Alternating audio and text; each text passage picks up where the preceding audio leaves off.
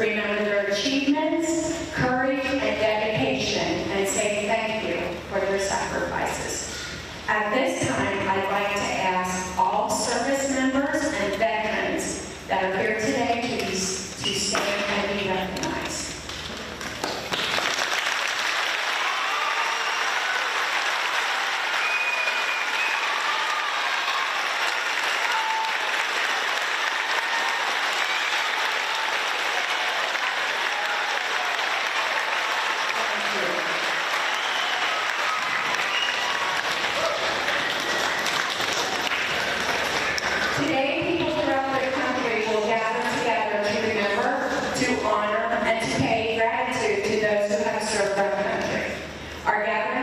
One small spark in the flame of pride that burns across the nation today and every day.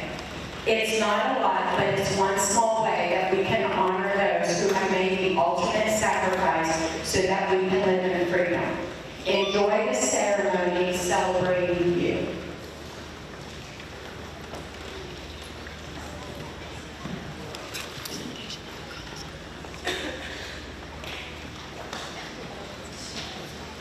At this time, the Boy Scouts will present the colors.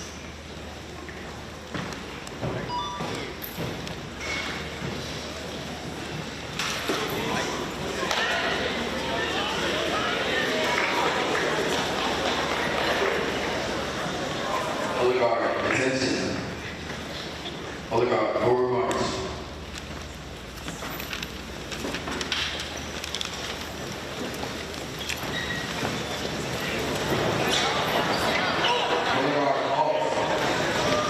Color guard, post the colors. Please join me in the pledge of allegiance.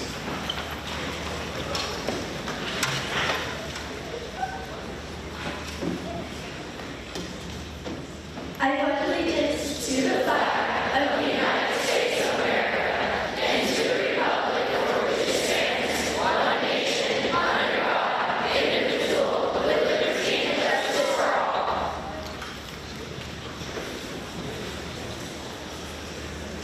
Color guard dismissed.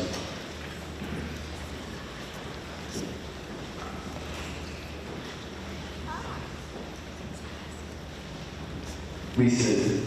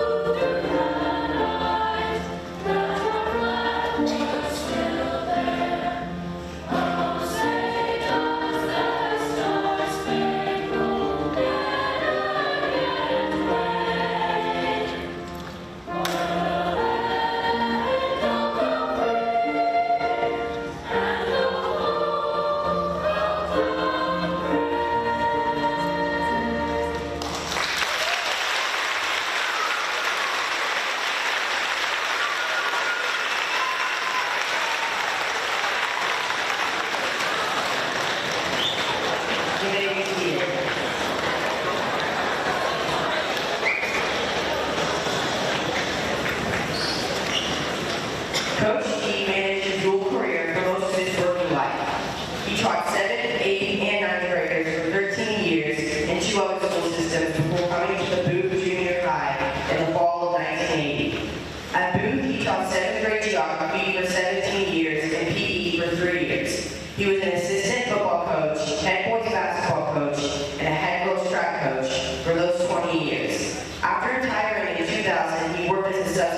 teacher for 22 years up until today. He has also held the football program under 5 different head coaches since retiring. From 1992 to 2014, he also coached 1 or 2 events from Science Olympiad team. Coach Keith was also a career U.S. Army reservist. He took Army ROTC in college for 4 years, mostly to avoid the military draft. Actually, he rather liked ROTC. Upon graduation, he was commissioned as second lieutenant in the Army Military Police Corps, spending 2 years in El Paso, Texas. He got off active duty 3 months before the massive troop buildup in Vietnam, so he was fortunate not to ever serve in combat. He did have to join the Army Reserves as part of a 4-year obligation. Army Reserve units were rarely called for combat duty in the 1960s and 1970s. Unlike today, where reserve units served in Iraq and Afghanistan. After a 4-year obligation, he decided to stay in the active reserves, where he had to serve 1 weekend each month and 2 years during the summer. He stayed in the active reserves for 25 more years, retiring as Lieutenant Colonel in 1991. The toughest time he had managing the 2 careers were the several times he had to work 21 days straight without a break, or twice when it was 28 days without a break. Looking back, he said he would do it again.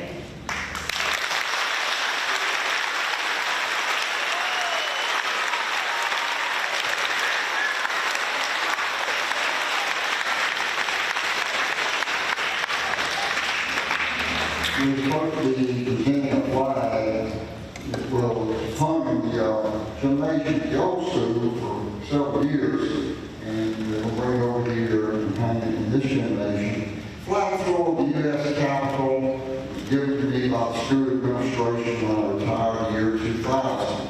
And I turned around and gave it back to them and asked them to display it in the school, which they agreed to do. That's sort of the story on the flag. It's located over on the school board by the parking lot. At this point in time, I guess get the land people in here and put it up. Real quickly, I want to say a little bit about some heroes who don't ever get mentioned. They're not considered veterans, but they're veterans' families. Kids that get to watch their parents go overseas for a combat tour of 13 months, not knowing whether they're going to come back or not. They are heroes. The parents, mothers and fathers who have to raise the kids by themselves during those times, and the kids themselves are often affected by what our military has to do, usually in foreign countries, defending our freedoms and fighting and putting their lives in danger. These were real heroes.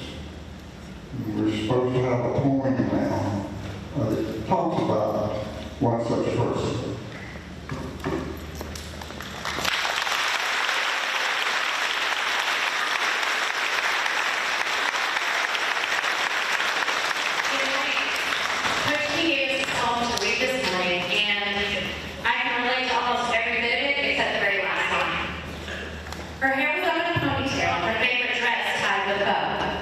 Today was Daddy's day at school, but she couldn't wait to go. But her mommy tried to tell her that she probably should stay home. Why the kids might not understand if she went to school alone. But I thought I could this. But she was not afraid. She knew just what to say, what to tell her classmates of why he wasn't there today. But still her mother worried for her face to stay alone. And that was why, once again, she tried to keep her daughter home. But the little girl went to school, eager to tell them all about a dad she never sees, a dad who never calls. But there are daddies along the wall in the book, in the back, for everyone to meet. Children squirming impatiently, anxious in their seats. One by one, the teacher called on a student from the class to introduce their daddy as seconds slowly passed. At last, the teacher called her name. Every child turned to stare. Each one of them was searching a man who wasn't there. "Where's her daddy at?" she heard a boy call out. "She probably doesn't have one," another student dared to shout. And from somewhere near the back, she heard a daddy say, "Looks like another deadbeat dad, too busy to waste his day." The words did not offend her as she smiled at her mom. She looked back at her teacher, who told her to go on. And with hands behind her back, she slowly began to speak. And out of the mouth of a child came words incredibly unique. My dad couldn't be here because he lives so far away, but I know he wishes he could be since this is such a special day. And though you cannot meet him, I wanted you to know all about my daddy and how he loves me so. He loved to tell me stories, he taught me to ride my bike, he surprised me with pink roses, and taught me to fly a kite. We used to share fudge sundaes and ice cream on a cone, and though you cannot see him, I'm not standing alone. Because my daddy's always with me, even though we are apart. I know because he told me he'll forever be in my heart. With that, her little hand reached up and lay across her chest, feeling her own heartbeat beneath her favorite dress. And from somewhere there in the crowd of dads, another mother stood in tears, proudly watching her daughter, who was wise beyond her years. For she stood up for the love of a man not in her life, doing what was best for her, doing what was right. And when she dropped her hand back down, staring straight to the crowd, she finished with a voice so soft, but its message clear and loud. I love my daddy very much. He's my shining star. And if he could be here, but that was just too far. You see, he's an American soldier, and he just died this past year. When the roadside on his convoy atop his American spear. But sometimes when I close my eyes, it's like he never went away. And then she closed her eyes and saw him there that day. And to her mother's amazement, she witnessed with pride a room full of daddies and children, all starting to close their eyes. Who knows what they saw before them? Who knows what they felt inside? Perhaps for merely a second, they saw him at her side. I know you're with me, Dad, into the silence she called out. And what happened next made believers of those who still lived out. Not one in the room could explain it, but for each their eyes had been closed. But there had been a desk beside her was the fragrant long-stemmed pink rose. And a child was blessed, if only for a moment, by the love of her shining star and given the gift of believing that heaven is never, ever too far.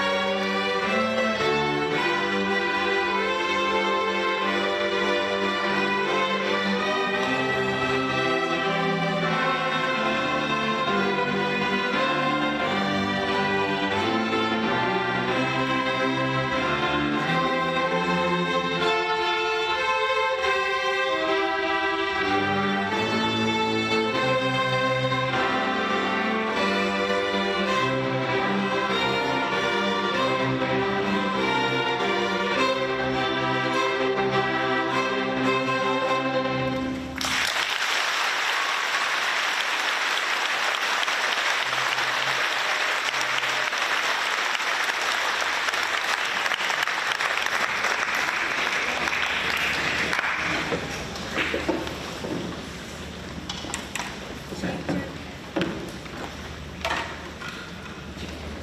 Jere is a 37-year police veteran. Originally from Cedartown, Georgia, she began her career in the Army, serving as a military police officer in 1985. In 1989, she went to work at the Royal Police Department, where she rose to the rank of lieutenant, serving in many divisions of the department. She joined the Solani Police Department in 2001 as a captain of the Field Operations and Communication Division. In 2006, she was promoted to the rank of deputy chief and served as second in command of the department. In August of 2015, she was ready to advance her career and was named as chief of police in Peachtree City. She currently resides in Brooks, Georgia on her farm with numerous farm animals. Chief Moon has a master's degree from Columbus State University in Public Administration, a bachelor's degree from Covenant College of Organizational Management, and an associate's degree from Floyd College, now Georgia Highlands in Criminal Justice. Chief Moon attended the 205th session of the FBI National Academy and attended class number 11 of the Georgia Law Enforcement Command College and attended the 23rd delegation of the Georgia International Law Enforcement Executive to Israel. Chief Moon is a member of the International Association of Chiefs of Police, National Association of Women Law Enforcement Executives, Georgia Association of Chiefs of Police, and serves on numerous professional and community-based boards of the directors. On July 20, 2021, Chief Moon was installed as the president of the Georgia Association of Chiefs of Police. She is the first female to hold the position of president in the association. During February of 2022, Chief Moon was elected to serve as one of the board commissioners for the Commission on Accreditation for Law Enforcement Agencies, CALBA.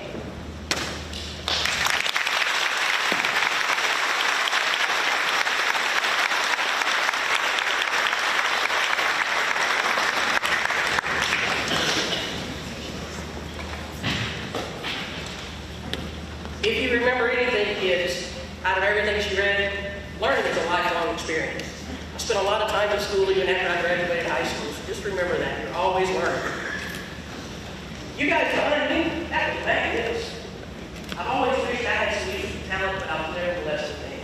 So I really enjoyed that. That was good. I also have to be honest with you. Being a police officer, I used to have people at my back. So y'all watch my back. Okay? I am truly honored and humbled to be here today for Veterans Day celebration here at Booth Middle School. I'm always inspired when I'm in the presence of the young people in our city because you are our future.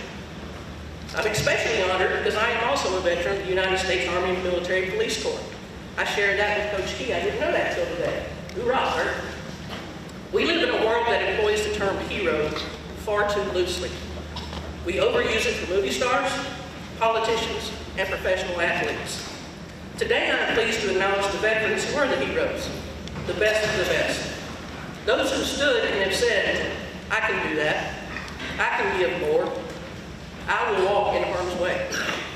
Our veterans are the reason we live in a free America and enjoy our life, liberties, and the pursuit of happiness that we have. Ladies and gentlemen, today we honor veterans that have demonstrated professionalism in the most trying of circumstances, embodied patience when others alone would have walked away. They demonstrated humanity toward people who some might say deserve none. They've shown dedication to duty as the top click long past the end of their scheduled assignments. And as Coach Key so humbly also acknowledged, we recognize the family members who waited patiently at home, waiting on their loved ones to return from their tour of duty. Today, the salute is to our veterans as they constitute the best we have to offer. Veterans toil every day in virtual anonymity and perhaps even obscurity, and they are our true heroes. So what is important about today? Veterans Day is a time to honor and thank all military personnel who have served in any branch of the United States Armed Forces. And if you've ever been around military people, you know we're kind of like a family. The Army picks on the Navy and the Marines pick on each other, the Air Force and the Coast Guard. But when something goes bad, we're a family, we all bond together for a common good and a common goal. So since we're in school, it's only appropriate we have a little bit of history, correct? Veterans Day, as we know it today, was initially established in the wake of World War I, and the original intent of the holiday was to celebrate world peace. At the 11th hour of the 11th day of the 11th month in 1918, World War I ended with the signing of the Armistice Agreement in France. 20 years later, in 1938, Armistice Day was named a national holiday. Now, because World War I was not the war that ended all wars, lawmakers believe veterans from World War II and the Korean War also deserve a day of remembrance. So in 1954, President Eisenhower signed a bill that changed the name of Armistice Day to Veterans Day. Much has changed in the 100 years since the end of World War I and the signing of the Armistice Agreement. But through the past century, the purpose of Veterans Day has remained the same: to say thank you to all the men and women who have served to protect and defend the United States of America. Once again, I want to ask any veteran in the room to please stand and wave so we can acknowledge you one more time to say thank you.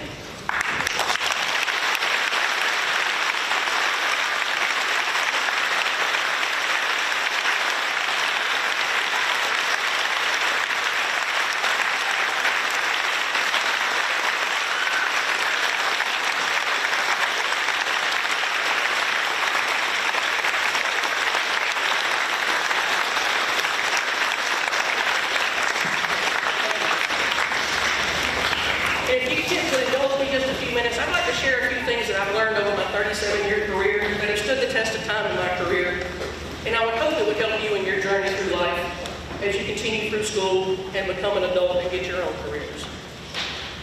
Some of you sitting in this room when you graduate high school may decide to go into the United States military yourself.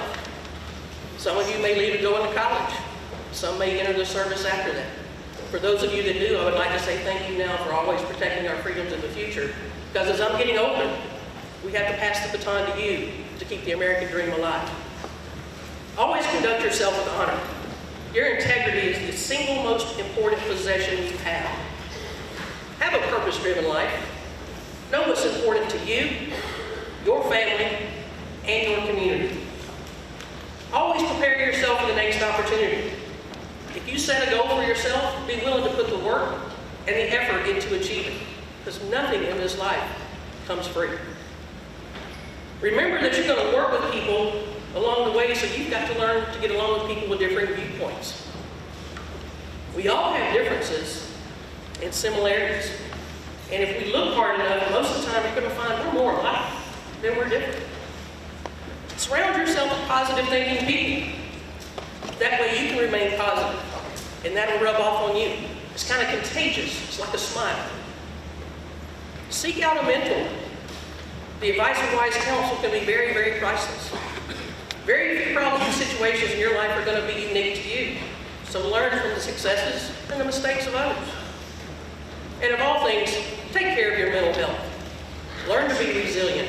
Develop positive coping skills, because life's not easy. You're going to have bumps along the road. Learn how to pick yourself up and move forward. And your physical health. Enjoy being active, being outside, and doing those things. And then as you continue to grow, take care of your financial health. You're never too young to start learning how money works. Take care of yourself. Once again, I'm honored just to be in this room with you today to share a few minutes and enjoy the rest of your day. And if you see a veteran, please stop today and tell them thank you. It will mean the world to them. God bless. Have a good day.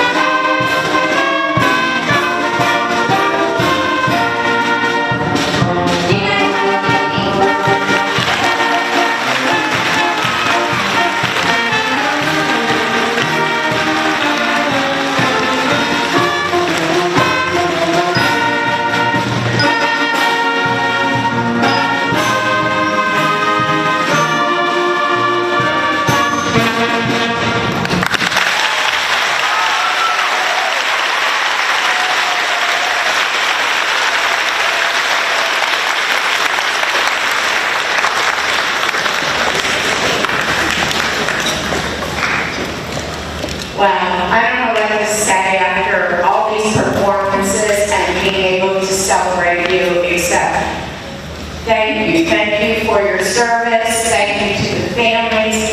And thank you for being here so we could honor and take the time out and celebrate you.